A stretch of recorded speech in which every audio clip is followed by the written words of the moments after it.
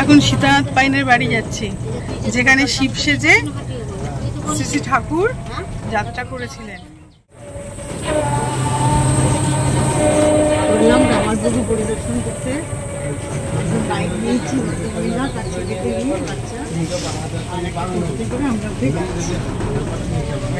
আমরা নেমে 100 টাকা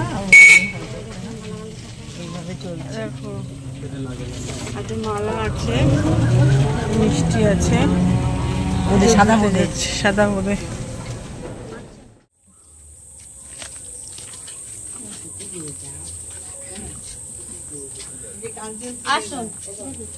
আসো গো,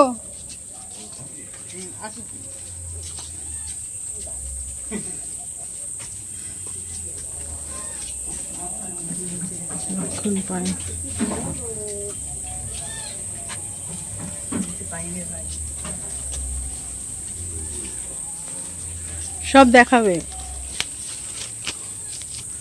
ও রামকৃষ্ণ নাট্য স্মৃতি মঞ্চ।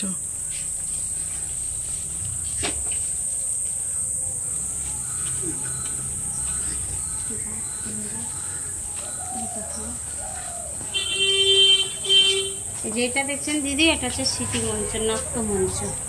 এই যে পাইন বাড়িটা দেখছেন, এটা হচ্ছে সীতানাথ পাইনের বাড়ি। এটা হচ্ছে পাইন কুটি। এই পাইন কুটিতে ঠাকুরের যাতায়াত ছিলেন। মহাভারত রামায়ণ হতেন, ঠাকুর বসে বসে শুনতে আসতেন। এখানে শিবরাত্রির দিনকে মেয়েরা জল ঢেলে রাত জাগে। যেই ছেলেটি যাত্রা করবে তার খুব অসুস্থ হয়ে গেছে, সে খবর দিয়ে পাঠিয়েছে যে শিবের যাত্রাপালা করতে পারবে না। তখন এখানে সব মেয়েরা বলা বলি করছে, আমরা তাহলে কি করে রাত জাগবো? গোদাই তো গান বাজনা নাটক করতে খুব ভালোবাসে, তাহলে গোদাইকে ধরে নিয়ে আসা হোক। শিবের ড্রেস পরিয়ে ধরে নিয়ে এসেছে। যাত্রা করতে করতে তৃতীয় ভাব সমাজ হয়েছিলেন ঠাকুরের। ভোরের দিকে জ্ঞান ফিরেছিলেন। আর এই যে গাড়ি পার্কিং এর কাছে লক্ষ্মীজলা জমি আছে, ঠাকুর ওই আলের মাথা দিয়ে হেঁটে যাচ্ছিলেন।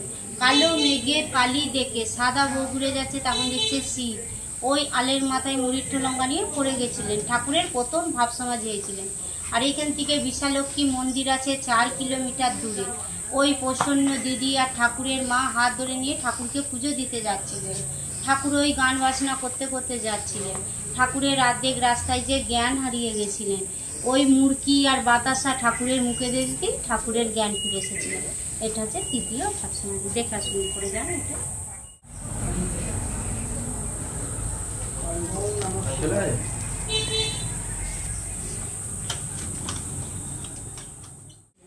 পর পুরুষের মুখ দেখতে দিত না। গোদাই ওই বাড়িতে খেলাধুলা করতে এসেছে। গোদাইকে বলছে, গোদাই তুই তো বড় উঠেছিস, আমাদের সব মেয়েরা বড় উঠেছে, তুই আর আসবি না আমাদের বাড়িতে। গোদাই কি করেছে, খেলাধুলা করতে এসেছে, টেনে হাত ধরে বাইরে বার করে দিয়েছে। এখানে শনিবার মঙ্গলবার হাট বার হয়। আলতা পেরে, শাড়ি পরে, শাঁকা পরে, সিঁদুর পরে তাঁতি বউ সেজে এসেছে। বলছে আমার তো সব সঙ্গী সাথীরা চলে গেছে, মেয়ে মানুষ সন্ধে পেয়ে গেছে, কি করে বাড়ি যাব? আজকে রাতে থাকতে দাও, কালকে সকালে উঠে চলে যাব। বলছে যাও তাহলে মেয়েদের অন্দরমহলে যাও। মেয়েদের অন্দরমহলে খুব গান বাজনা চলছে। সেইখানে যে গান বাজনা করেছে, খেলাধুলা করেছে, মিষ্টি জল খেয়েছে। আর ওই পাঁচিলের গা থেকে রামকুমার ডাকছে লন্ঠন হাতে করে নিয়ে। সন্ধে খুইয়ে গেছে, কেন এখনো গোদাই বাড়িতে এসেনি। গোদাই গোদাই বলছে যাই গো দাদা যাই। ওই সুতোর বান্ডিল ফেলে দিয়ে কাপড়কে বগলে কোণে ছুটে বেরিয়ে এসেছে। দাদাকে বলছে দাদা তুমি দাঁড়াও। দুর্গাদাস বাইনকে বলছে দেখো তোমাদের মেয়েদের হাতে যে মিষ্টি জল কোনো, খেলাধুলা কোনো, গান বাজনা কোনো, দেখ রে শালা দেখ, তোদের কত অহংকার ছিল না, আমি চূর্ণ করে দিল। বউ সেজে যে ঢুকে গেছিল তারা কেউ চিনতেও পারিস নি, তোদের দম্প চূর্ণ করে দিল। এবার মেয়েদেরকে ফাঁক দিয়ে বার করিস বলে ছুটে বেরিয়ে এসছে রামকৃষ্ণদেব। এটা কি মন্দির? এটা শিব, শিব সেজে যাত্রা করেছিল। এটাতে নাট্য মঞ্চ, সাদা টগর।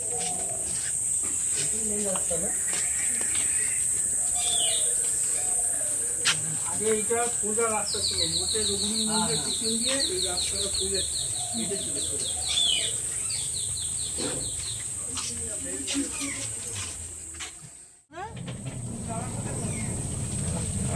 এরপরে কোথায় যাব আমরা? ওই সাদা ওই খাবার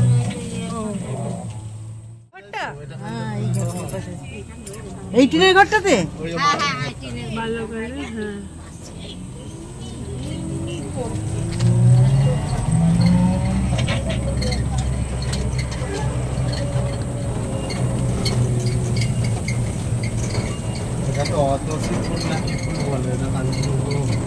সাতশী ফুলও বলে, মা মনসা।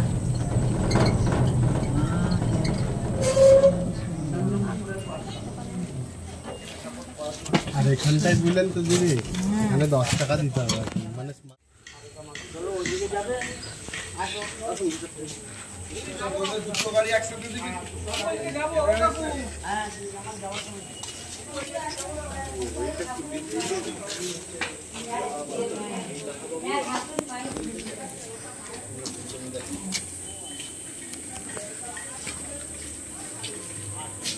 বাঁকুড়ার সেই টেরাকোটার মন্দির, টেরাকোটার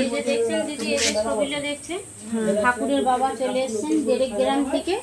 ঠাকুরের বাবার বাড়ি দেরেক গ্রাম। দেরেক গ্রামে জমিদাররা মিথ্যের সাক্ষী দিতে বলেছিলেন। ঠাকুরের বাবা বলেছিলেন, আমি ধর্মী লোক, আমি ব্রাহ্মণ মানুষ, আমি কোর্টে যে মিথ্যা কথা বলতে পারবো না। তখন তো জায়গা জমির মামলাতে ওই মিথ্যা কথা বলতে বলেছিলেন। ওই মিথ্যা কথা বলেনি বলে এখানকার জমিদাররা তাড়িয়ে দিয়েছিলেন। ওই রঘুপীরকে মাথায় করে নিয়ে কামার পুকুরে চলে এসেছিলেন। এই কামার পুকুরে ধর্মদাস লাহা জায়গা দিয়েছিলেন থাকার জন্য। ওই যে মন্দিরের ভিতরে খড়ের বাড়ি, ঠাকুরের জন্মস্থান। আর এই লাহাবাবুদের বিষ্ণু মন্দিরে ঠাকুরের বাবা ছিলেন পুরোহিত ক্ষুদিরাম চট্টোপাধ্যায়। রামকৃষ্ণদেবের যখন বয়স ছিলেন 5 বছর, ঠাকুরের বাবা মা খাইয়াই এই পাঠশালায় পড়তে পাঠাতো। ঠাকুর ওই পাঠশালায় না পড়ে বিষ্ণু মন্দিরের পেছনে লুকিয়ে বসে থাকতেন। মা কালীর ছবি আঁকতেন, জপ ধ্যান করতে এই নারায়ণ শিলাকে বসে বসে পুজো করতেন। এই যে মন্দিরটা দেখছেন 3 তলা মন্দির আছে, নিচেতে আন্ডারগ্রাউন্ড আছে। এই মন্দিরটা হচ্ছে বর্গীদের মারাঠাদের আমলের মন্দির। বর্গীদের যখন আক্রমণ হতো না, এই লাহাবাবুরা টাকা পয়সা সোনা গয়না নিয়ে আন্ডারগ্রাউন্ডে লুকিয়ে যেতেন। আবার যখন বর্গীরা চলে যেতেন, টাকা পয়সা সোনা গয়না নিয়ে বাইরে বেরিয়ে আসতেন। ডান দিক হচ্ছে উপরে যাওয়ার রাস্তা, বাঁ দিক হচ্ছে নিচে যাওয়ার রাস্তা। নিচে যাওয়ার রাস্তা তখনকারের লাহাবাবুরা যাতায়াত করেছিলেন। সেই দরজা বন্ধ হয়ে গেছে, ডান দিকের দরজাটা ঠিক আছে। ঠাকুরকে শয়ন দেয় উপরের ঘরে, যে দেখাস সিঁড়ির উপর দিয়ে উঠে যে দেখাস, দুদিকে দুটো দরজা আছে। মন্দিরের ভিতরটা দিয়ে দেখবে গেটটা দিয়ে।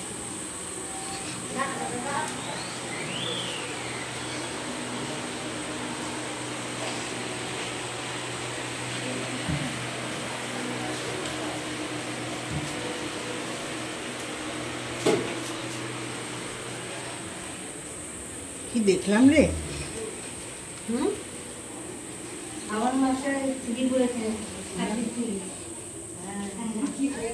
এইখান দিয়ে গো?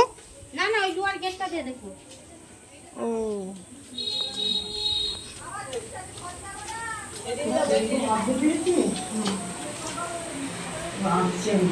এখান দিয়ে দরজা আছে, ভেতরে যাবো না? নারায়ণ ও হ্যাঁ।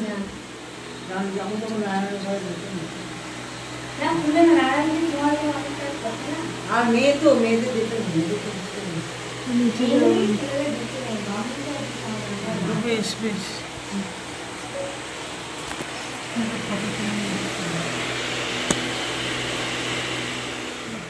শুকুলাল গোস্বামী, এটা হচ্ছে লাহাবাবু, ধর্মদাস লাহা। এটা হচ্ছে ঠাকুরের বাবা, এটা হচ্ছে মা, এটা হচ্ছে দাদা, এটা হচ্ছে দিদি। ঠাকুরের দাদা দিদির জন্মই দেরেক গ্রামে, ঠাকুরের জন্মই কামার পুকুরে।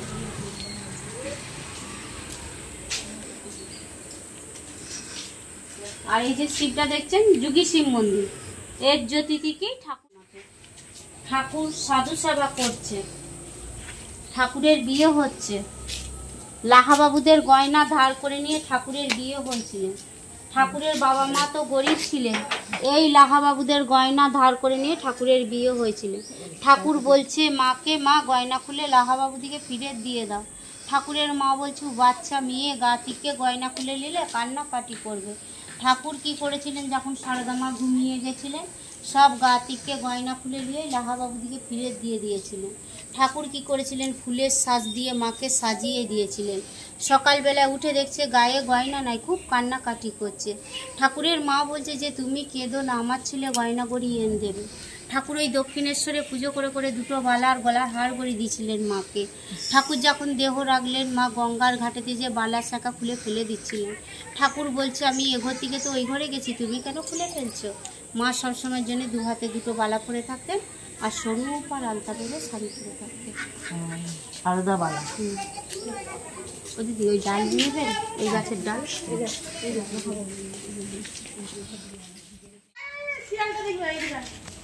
এইটা কি বলতো? এইটা কি এটা? এই দেখুন দিদি, এটা হচ্ছে লাহাবাবুদের দুর্গা মন্দির। প্রত্যেক বছরে লাহাবাবুদের দুর্গা পুজো হয়। মাটির প্রতিমা উঠে বিসর্জন হয়ে যায়, কাঠামো তুলে নিয়ে এসে রেখে দেয়। এইখানেই রামকৃষ্ণদেব চক্ষু দান করেছিলেন। স্বইচ্ছায় চক্ষু দান করি অজ্ঞান হয়ে পড়ে গেছিলেন। এই লাহাবাবুর কন্যা ছিলেন প্রসন্ন দিদি। ঠাকুরের মুখে মাথায় জল দিয়ে ঠাকুরের জ্ঞান ফিরিয়েছিলেন। এখানে প্রত্যেক বছরে লাহাবাবুদের দুর্গা পুজো হয়। আর এটা হচ্ছে ঠাকুরের পাঠশালা। ঠাকুর এখানে 5 বছর বয়সে পড়াশোনা করতে এসেছিলেন। মাস্টার মশাই যোগ আর বিয়োগ দিয়েছিলেন। যোগ হচ্ছে ভগবানের সাথে যোগাযোগ, বিয়োগ মানে কাটা চিহ্ন। বলছে দুঃশালা তোর পাঠশালায় আর পড়বো না, আমি চাল কলার বিদ্যে শিখব না বলে বিষ্ণু মন্দিরের পেছনে লুকিয়ে বসে থাকতেন, মা কালীর ছবি আঁকতেন। এটা সেই তাকুনকারের কাঠামো করা আছে। ঘরের চাল ছিল, ঘরের চাল ফেলে টিন দিয়ে দিত। এটা সেই তাকুনকারেরই কাঠামো। দিদি 10 টাকা দিয়ে দিবে। হ্যাঁ, এইখানে কিন্তু ঠাকুরের পাঠ, ঠাকুর এখানে পাঠ, এটা পাঠ।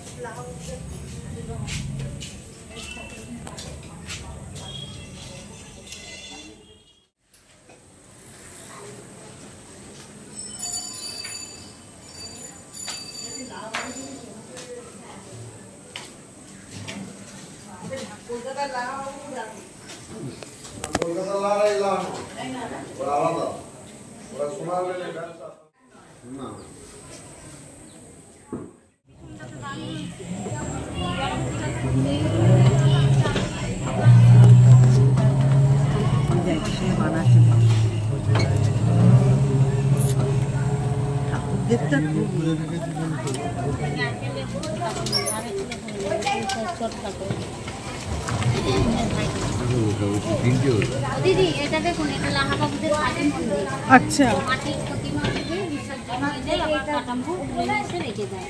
আচ্ছা, পুজো হবে, ঠাকুর তৈরি করতে হবে। ও কালী পুজো করি, কালী পুজো হয় না? তোমার এই যে লাহাবাবুদের কালী মন্দির।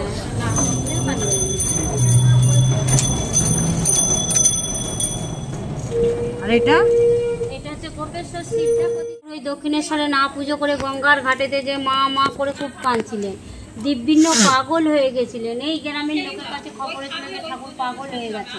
গ্রামের লোক বললো চন্দ্রমণিকে গোপেশ্বরের কাছে যাও, তোমার ছেলে ভালো হয়ে যাবে। এই কামার পুকুর থেকে চান করে সেখানে ধন্যে দিয়েছিলেন। 3 দিন পরে শিব আদেশ করলেন বুড়ো শিবকে।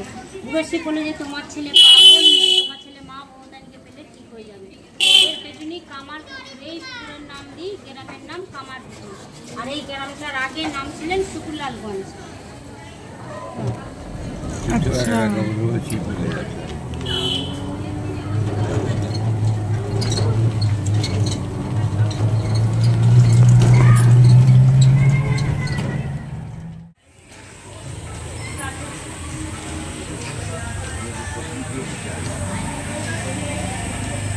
দেখুন দিদি, এটা হচ্ছে ঠাকুরের ভিক্ষে মা, ধনিকা মানি। ঠাকুরকে কোলে করে নিয়ে আছে। ঠাকুরের জন্ম হয়েছিলেন এই যে মেন মন্দির ঢুকবেন, ঢেকি শাল ধান শুধু শাল ছিলেন। ঠাকুরের জন্ম হয়ে না উনুনের মধ্যে গড়িয়ে ঢুকে গেছিলেন। ঠাকুরের মায়ের তো জ্ঞান ছিলেন না চন্দা দেবী। গ্রামের লোক যখন ছেলে দেখতে গেছে, ছেলে দেখতে পায়নি। এই ধনিকা মানি প্রদীপের আলো দিকে দেখে উনুন থেকে বার করে নিয়ে এসেছিলেন। যত গায়েতে ছাই মাখানা ছিলেন, যত মুছাচ্ছে গা থেকে তত শিবের জ্যোতি বেড়েছে। আলন পালন করে বড় করে তুলেছে। ঠাকুর বলেছে আমি তোমার হাতেই ভিক্ষে নেব। ঠাকুরের দাদা রামকুমার জিজ্ঞাসা করছে কোথায় তুই পাড়াতে ভিক্ষে নেবি? বলছে আমি ধনিকামানির হাতে ভিক্ষে নেব। তখন গ্রামের লোক বলছে ওনার হাতে তো ভিক্ষে নিয়ে আছে, উনি কামারের মেয়ে। ঠাকুর বলছে মায়ের তো কোনো জাত নয়, আমি ধনিকামানির হাতেই ভিক্ষে নেব। গড় ধরে বসেছিলেন। এই ধনিকামানির কাছ থেকে ভিক্ষে নিয়ে তারপর বাবা মায়ের কাছে নিয়েছিলেন। এটা মাটির বাড়ি ছিলেন। মাটির বাড়িটা ভেঙে মন্দির করে দিয়েছে। এদের বংশধরেদের বাড়ি এই বাড়ি। এটা হচ্ছে কর্মকার পাড়া, কামার পাড়া।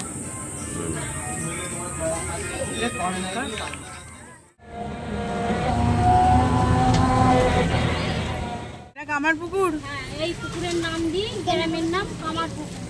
আচ্ছা, চারিপারে কামারদের বসবাস ছিলেন, কামারদের কোদাল দিয়ে পুকুরটা খুলেছিলেন। এই পুকুরের নাম দিয়ে গ্রামের নাম কামার পুকুর। আচ্ছা, এটা হচ্ছে জাকিনি বাড়ি। ডান দিকেরটা দেখুন, এটা হচ্ছে চুনি শাকারির বাড়ি। ঠাকুরের মাকে শাঁখা পড়াতেন চুনি শাকারি, ইনি ছিলেন কেউ নেই বলে এটা স্কুল করেছে, বাচ্চারা সকালবেলা পড়াশোনা করে এখানে। চিনু শাকারের বাড়িও বিদ্যামন্দির। শাকারি ওই যে বলছে না ঠাকুরকে চিনেছিল। আমার কমপ্লিট হয়ে গেল, এই যে গাইড যাচ্ছে, ঘরটা বলে দিবে আপনাদেরকে। এবার আরতি দেখবেন তো ওই ভেতরে ঢুকে যাবে।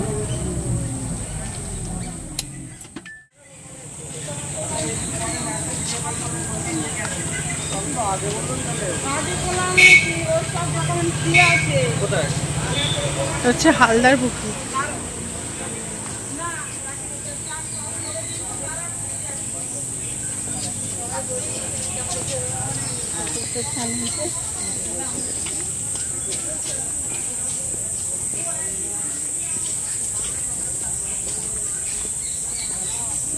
এই দেখুন দিদি, এটা হচ্ছে হালদার পুকুর। আচ্ছা, পুকুরে চান করেছিলেন জয়রামবাটি থেকে যখন এসেছিলেন সারদা মা বিয়ের পর। সারদা মা তো ভাইদেরকে নিয়ে আমুদার নদীতে চান করতেন। ঠাকুরের কাছে এসে বলছে আমি গঙ্গায় স্নান করবো।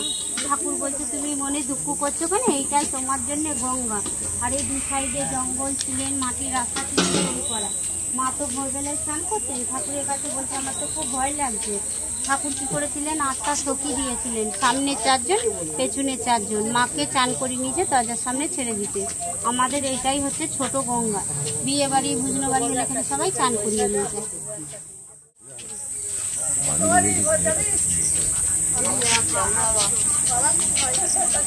দিদি আমার দেখানো হয়ে গেল। এখানে জিজ্ঞাসা করে নিয়ে চলো। তোমার গাছের ডাল নিয়ে গেলে আমার এখানে ধরবে, কিন্তু উল্টে আছে, ফোনে বলে যাও, ওকে বলে যাও যে আমার হাতে কিছু জায়গা থেকে ওই ছোঁড়াটা কোথায়? ছোঁড়াটা কি আবার যাই আকে মানে যাই, কাকে আবার কি করবি?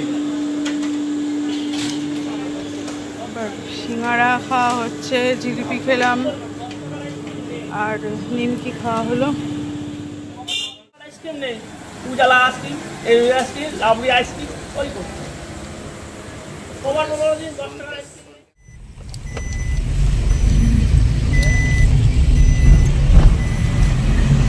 এখন আমরা যাচ্ছি আবার জয়রামবাটি মাতৃ মন্দিরে আরতি দেখতে, সন্ধ্যা আরতি দেখতে। এখন 9টা 10 বাজে, আর এখন আমরা আমাকে ভাত দাও না। খেতে বসে নিচ্ছি।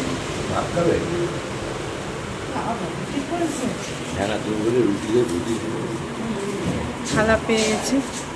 ওখান থেকে ঘুরে এসে সন্ধ্যা আরতি দেখে একটু ক্লান্ত লাগছিল।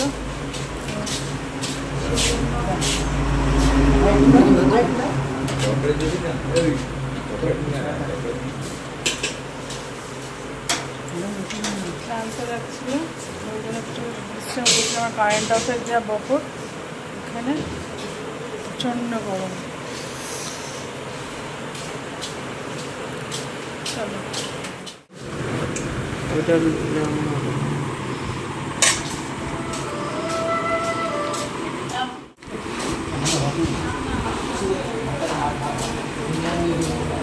কুন্দুলির তরকারি দিয়েছে, রুটি দেয়নি এখন।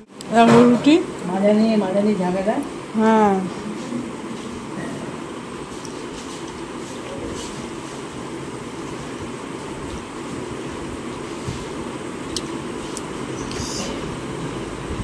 তরকারি।